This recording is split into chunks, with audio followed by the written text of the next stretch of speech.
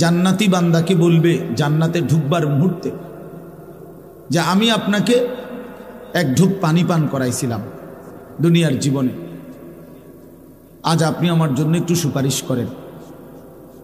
তখন ওই দিনদার ওই তালেবে ইলম আল্লাহর কাছে বলবে, মাওলা, ইনি আমার চাচা আমারে এক ঢোক পানি পান করাইছিলেন, আজ আমি তার জন্য সুপারিশ করছি, আপনি আমার এই চাচাকে এই বাবাকেও জান্নাত দিয়ে দেন। তো আল্লাহ তাআলা বলবেন, হ্যাঁ বান্দা, তোমার সাথে তাকে জান্নাত দেব বলেই তাকে তোমার কাছে বলার সুযোগ করে দিয়েছি। এই জন্য এই যে ছোটখাটো সম্পৃক্ততা হাসরের ময়দানে অনেক বড় হয়ে যাবে, অনেক বড় হয়ে যাবে। এই সামান্য আল্লাহ নবী সাল্লাল্লাহু আলাইহি সাল্লাম বলছেন, লা তাহকিরান্না মিনাল মারুফি শাইআ। নবীজি বলেছেন, উম্মত, সামান্য ভালো কাজকেও ছোট মনে করো, সামান্য হোক।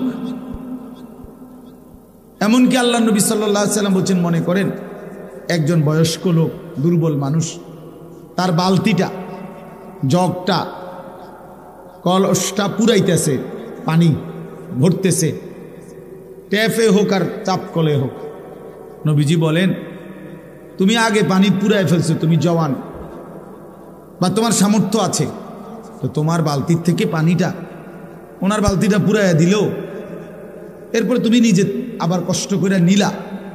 আল্লাহ রাসূল সাল্লাল্লাহু আলাইহি সাল্লাম বলছে, এতেও আল্লাহ তাআলা তোমাকে সাদকা আদায়ের সওয়াব দান করবেন। ওয়ালাউ আন তুফরিগা মিন দালবিক, এই ছোট্ট হোক, সামান্য সামান্য। আল্লাহ নবী সাল্লাল্লাহু আলাইহি সাল্লাম বলছেন, কুল্লু মারুফিন সাদাকা, প্রতিটি নেক আমল আল্লাহর রাস্তায় সাদকা, সাদকার সওয়াব। নবী সাল্লাল্লাহু আলাইহি সাল্লাম বলছেন, একটা হাসি মুখে কোনো ইমানদারের দিকে তাকানো, এটাও সাদাকা।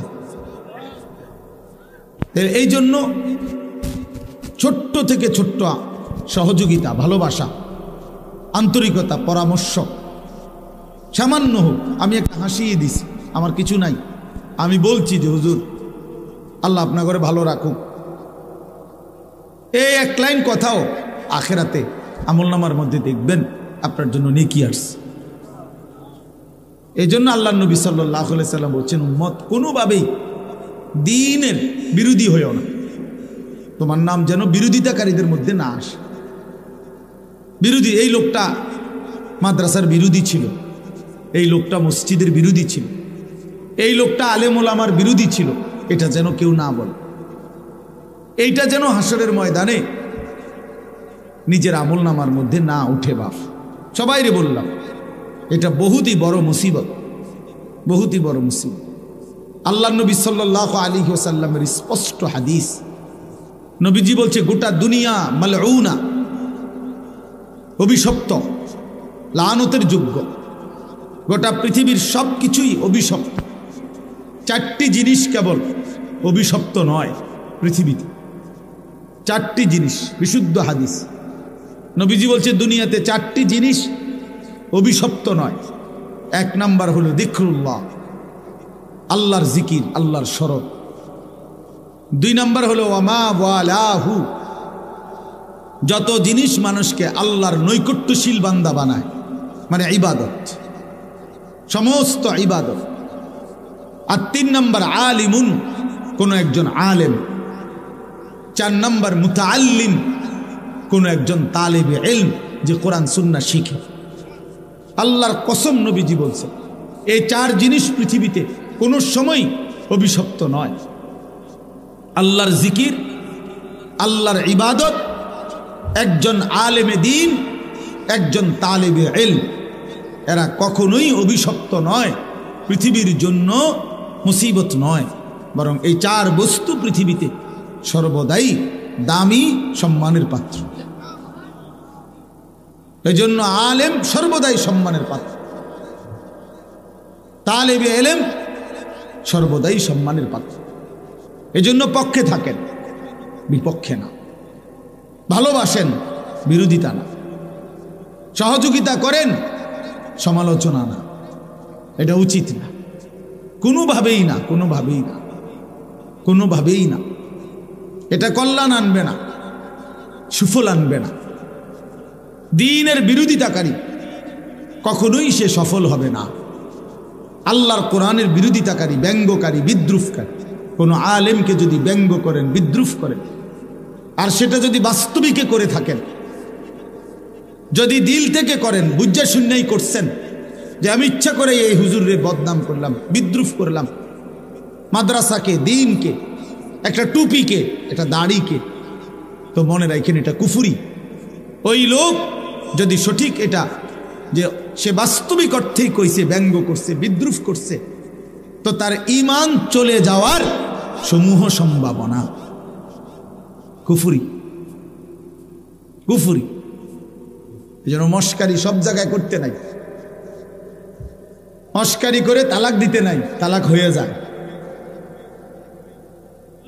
বুঝেন? ওই যে মানুষে দেখেন না, বলে যে হুজুর জিদ্দে কইয়া লাইছি, মাথা ঠিক আছিল না। না, জিদ্দে বলেন আর মাথা সেটটা বলেন আর প্রচন্ড রাগ নিয়ে বলেন, তালাক হয়েই যায়।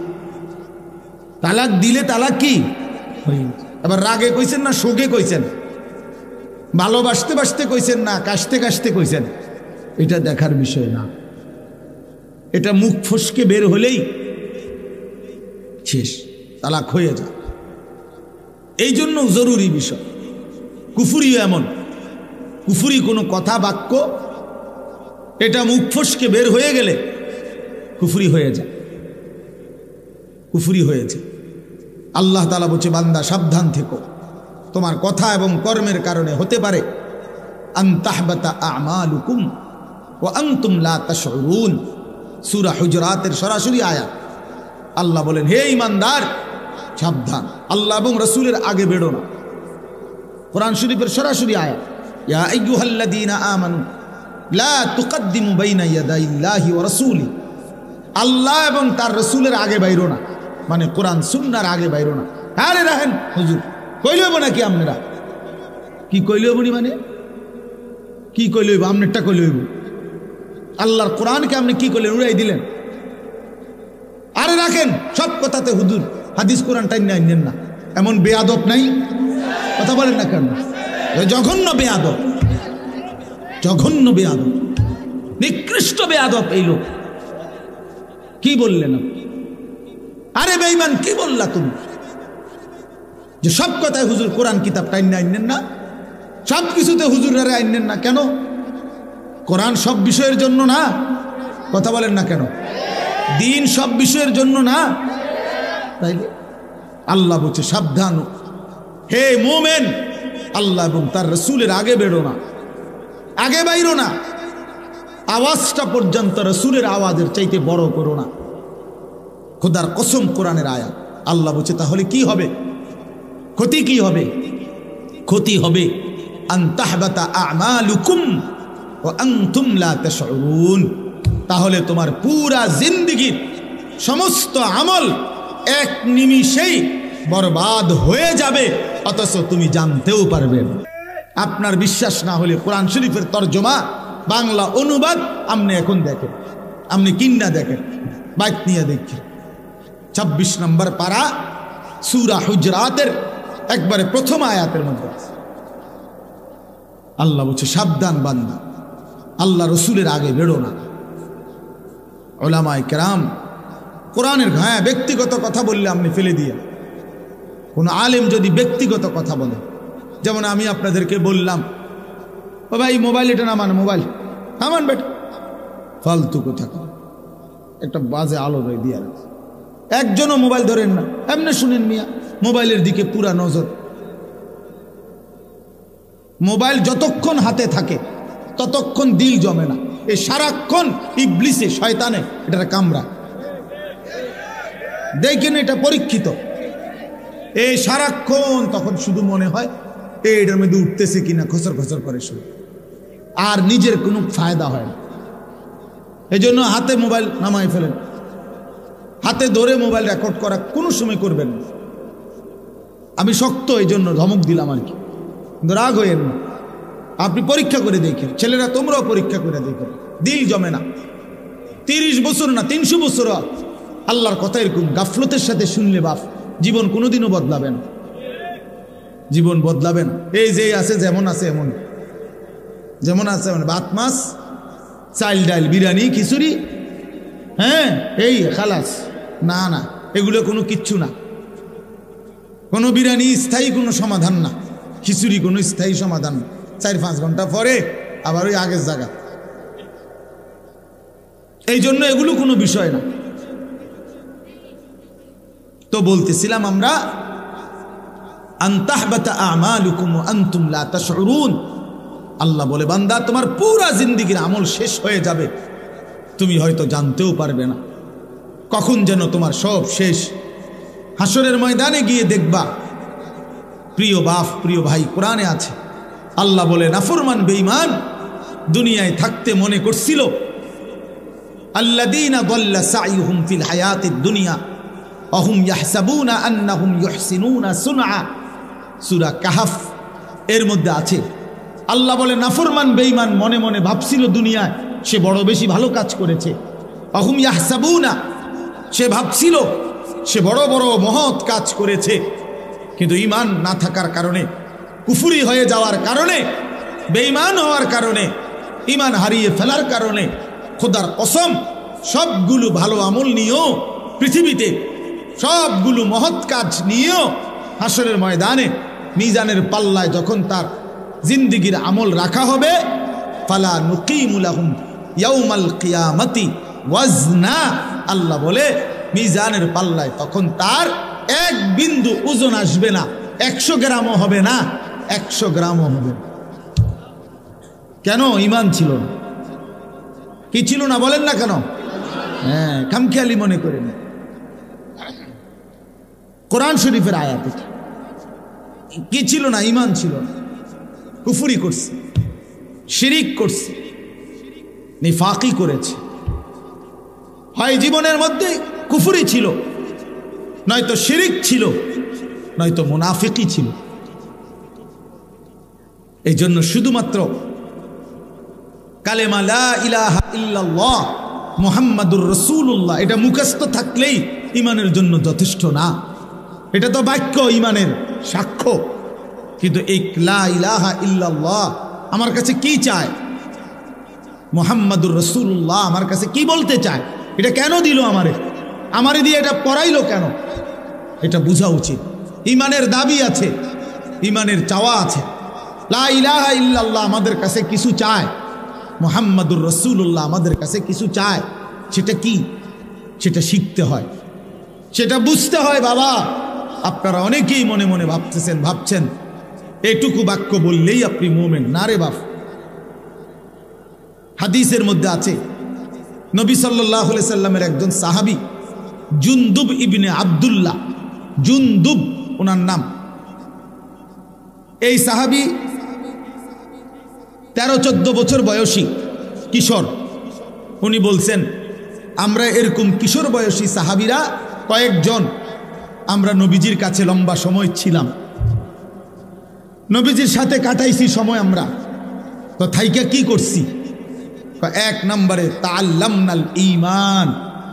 আমরা নবী পাক সাল্লাল্লাহু আলাইহি সাল্লামের কাছে আমরা এই কিশোর বয়সী সাহাবারা প্রথমত ঈমান শিখেছি। কি শিখেছি? তো আমনে কোন চাই?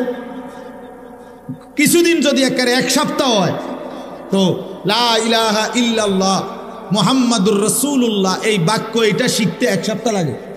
তো 1 সপ্তাহ কিনলো তারা, কি ঈমান শিখলো তাই? 2 নম্বর প্রশ্ন হলো, এরা তো আহলে লিসান, এরা তো আরবি ভাষী, মানে এগো তো মাতৃভাষাই কি আরবি। তো এরা আবার 2-4 ঘন্টা লাগার কথা নিয়ে এগো, এ তো জন্মসূত্রে আরবি এরা। কিন্তু তবুও তিনি বললেন, আমরা কিশোর বয়সে নবীজির কাছে কিছু সময় থেকে ঈমান শিখলাম। তাহলে বোঝা গেল ঈমান শিখার বিষয়। ঈমানের মধ্যে কিছু জিনিস আছে নিশ্চয়ই, যেগুলো কি করতে হয়? শিখতে হয়। ঈমান কাকে বলে? ঈমানের দাবি কি? লা ইলাহা ইল্লাল্লাহ আমার কাছে কি দাবি করে, মুহাম্মাদুর রাসূলুল্লাহ আমার কাছে কি দাবি করে, এটা শিখার বিষয়। আবার ঈমান কি কারণে ক্ষতিগ্রস্ত হয়? এই যে কুফরের কারণে, শিরিকের কারণে, নেফাকের কারণে, 3 কারণে ঈমান ক্ষতিগ্রস্ত হয়। কারো দ্বারা কুফরি প্রকাশ পেলে ঈমান চলে যায়, শিরিক প্রকাশ পেলে ঈমান চলে যায়, নেফাক মুনাফিকি প্রকাশ পেলে ঈমান ক্ষতিগ্রস্ত হয়। তো এটা জানতে হবে। তাহলে এটা শিখছেন সাহাবীরা। হযরত আব্দুল্লাহ ইবনে ওমর বলেন, আরেকজন সাহাবী আব্দুল্লাহ ইবনে ওমর, ওমরের ছেলে, উনি বলেন কুন্না নাতাআল্লামু তাওহীদ, আমরা নবীজির কাছে তাওহীদ শিখলাম। তাওহীদ আমরা শিখেছি নবীর কাছে, যে লা ইলাহা ইল্লাল্লাহ বলতে কি। কোরআনুল কারীমের মধ্যে অগণিত আয়াত আল্লাহ তাআলা এই কথাটা বুঝাইছে, বান্দা সব বিষয়ে সব ব্যাপারে আমি ওয়া ইন আমসাসকাল্লাহু বিদুররিন ফালা কাশিফা লাহু ইল্লা হু ওয়া ইন ইউরিদকা বিখাইরিন ফালা রাদ্দা লিফাদলিহি। আল্লাহ বলেন, তোমাদের উপরে আমি আল্লাহ যদি মুসিবত দেই তাহলে এই কায়নাতের মধ্যে কেউ নাই তোমাকে সেই মুসিবত থেকে রক্ষাকারী, দূরকারী, ইল্লাহু, আমি আল্লাহ ব্যতীত। তাওহীদ এটা কি? লা ইলাহা ইল্লাল্লাহর সবক, আল্লাহ ছাড়া বিপদ দূরকারী আর কেউ। ওয়া ইন ইউরিদকা বিখাইরিন ফালা রাদ্দা লিফাদলি। আল্লাহ বলেন, আমি আল্লাহ যদি তোমাদের কাউকে কল্যাণ দেই, উপকার করি, তাহলে আমি আল্লাহর কল্যাণ, আমার উপকার ঠেকায়া দিবে এমনও কায়নাতের মধ্যে কেউ নেই। তাইলে আল্লাহ ব্যতীত কারো উপকার করার কোনো ক্ষমতা নাই। তাহলে এটা কি? লা ইলাহা ইল্লাল্লাহ। এরকম বহু আয়াত আল্লাহ কোরআনে বলছে যে আমি করি, আমি ইয়ালামু মা ফিল বাররি ওয়াল বাহর। আল্লাহ বলে, বান্দা জমিনে কিংবা পানিতে যেখানে যা আমি জানি, আমি নিয়ন্ত্রণ করি, আমি শুধু গোটা কায়নাতের মধ্যে অস্তিত্ব স্থায়ী একমাত্র আল্লাহ পাকের, আর কিছুর অস্তিত্বই স্থায়ী না। কুল্লু মান আলাইহা ফান ওয়া ইয়াবকা ওয়াজহু রাব্বিক। গোটা কায়নাত ইসরাফিল ফু দিলে শেষ হয়ে যাবে, থাকবে শুধু একজন, তিনি মহান আল্লাহ।